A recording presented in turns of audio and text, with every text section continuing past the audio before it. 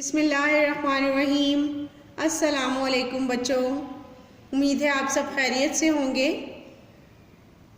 آئیے بچوں، اب ہم دیکھتے ہیں کہ آج ہمارا پڑھائی کا مواد کیا ہے۔ بچوں، آج ہمارا پڑھائی کا مواد ہے مسجد کی اہمیت اور احترام۔ بچوں، مسجد کے لغوی معنی ہیں سجدہ کرنے کی جگہ۔ مسجد کو اللہ تعالیٰ کا گھر قرار دیا گیا ہے۔ نماز ادا کرنے کے لیے مساجد بنائی جاتی ہیں کیونکہ اسلام میں نماز اہم ترین عبادت ہے۔ لیکن مسجد میں جاتے ہیں تو کچھ آداب کا بھی خیال رکھنا پڑتا ہے۔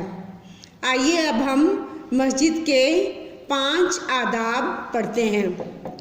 نمبر 1 ہے مسجد میں نماز پڑھنے والے کے آگے سے نہ گزریں۔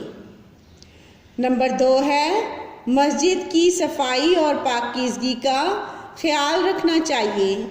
نمبر 3 ہے مسجد میں اونچی آواز سے باتیں نہ کریں۔ نمبر 4 ہے مسجد میں ہمیشہ باوضو رہنا چاہیے۔ نمبر 5 ہے مسجد میں خوشبو لگا کر جانا بہتر ہے۔ بچوں، ہمیں ان آداب کا خیال رکھنا چاہیے مسجد میں جا کر۔ اللہ حافظ۔